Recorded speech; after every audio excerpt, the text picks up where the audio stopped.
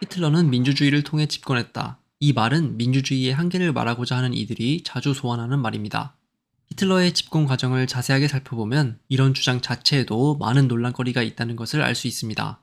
동시에 이런 주장은 히틀러가 집권한 직후부터 히틀러의 독재에 반대해서 위험을 무릅쓰고 저항한 이들이 있다는 사실을 잊게 만들기도 합니다. 나치에 대한 저항운동은 특히 독일 3인당과 공산당을 위주로 일어났습니다.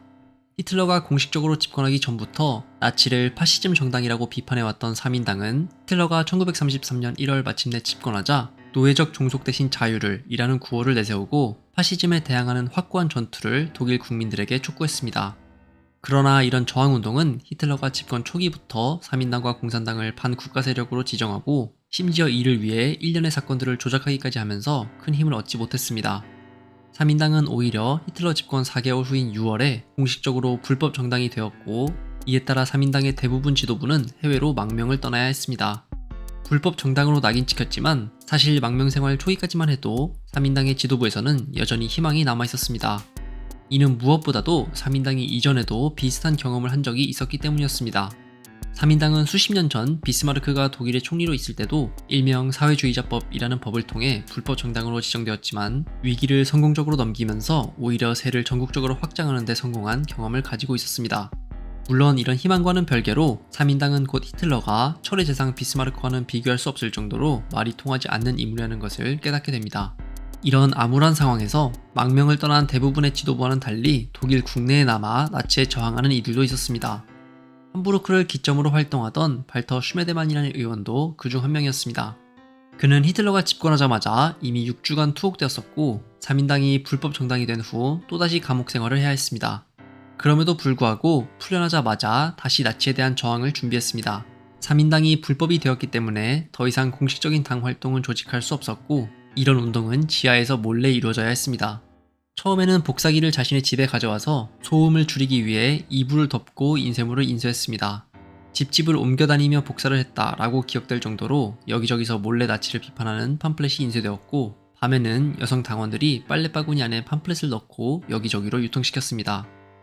슈메데만은 한 걸음 더 나아가 곧 자체적으로 주간지를 발간하고 매주 약 5,000부를 배포하기 시작했습니다. 깨끗하고 순수한 것처럼 보이는 나치의 뒤에는 가장 더러운 범죄 행위들이 숨어 있다라고 말하며 나치가 벌이는 범죄 행위들을 집중적으로 비판했습니다. 슈메데만이 이렇게 할 수 있었던 것은 무엇보다도 20에서 35세 사이의 젊은 3인당 당원들 중에서 히틀러의 비판적인 이들이 많았기 때문이었습니다. 선거 결과를 보더라도 3인당의 주요 기반이 되는 노동자는 독일 국민 전체 인구 비율상 히틀러에게 가장 비판적인 계층이었습니다. 나치에 대한 연구 초기까지만 해도 히틀러를 지지한 노동자의 절대수가 많다는 것에만 집중해서 히틀러가 노동자 사이에서 폭넓은 지지를 받았다는 의견이 많았습니다. 그러나 연구가 이루어질수록 히틀러를 지지하던 기업가, 자영업자, 학자, 대학생, 공무원 등보다 히틀러를 지지하던 노동자의 비율이 훨씬 적다는 것이 밝혀졌습니다.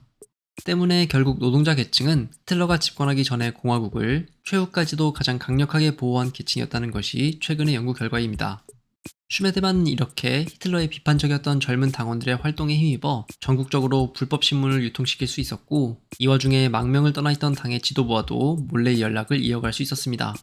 지도부와의 연락을 통해 어용 언론에 의해 오염되지 않은 국제 정세에 관한 최신 소식도 접한 후 나치 외교 정책의 최종 귀결점이 전쟁뿐이라는 사실도 깨달았습니다.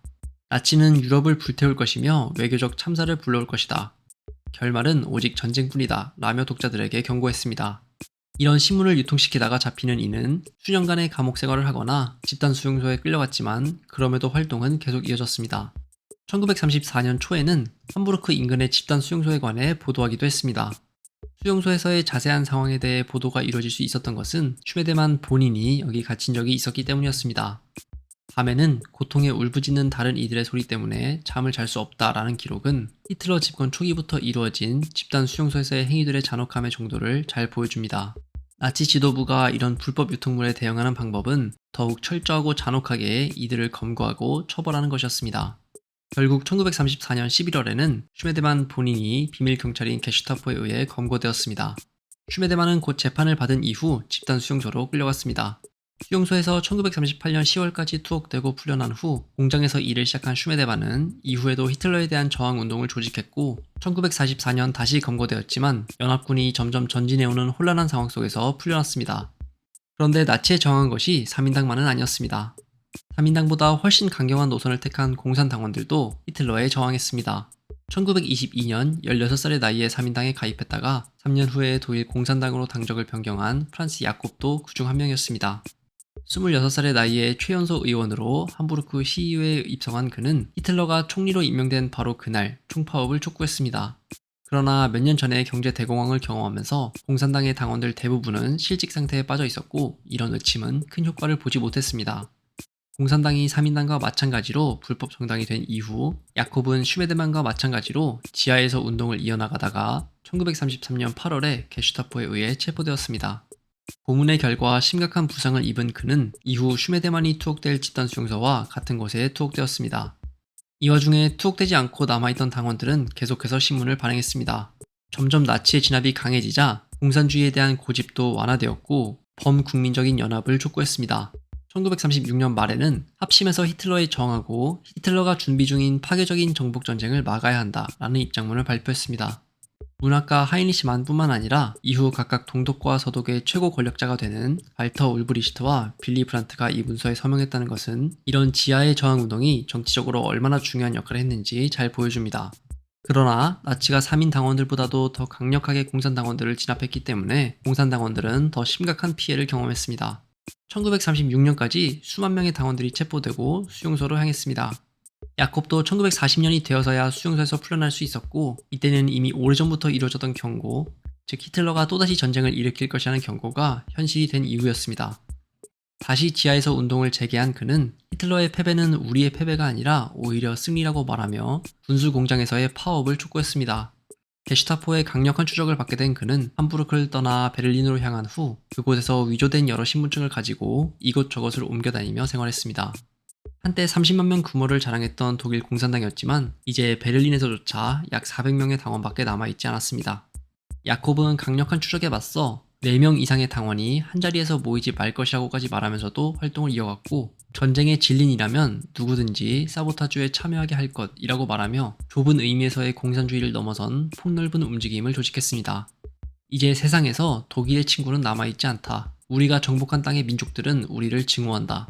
평화를 위해서라도 좌우를 막론하고 우리의 고향을 사랑하는 모든 정당의 지지자들이 전쟁을 멈추기 위해 노력해야 한다라는 말은 이런 노력을 선명하게 보여줍니다.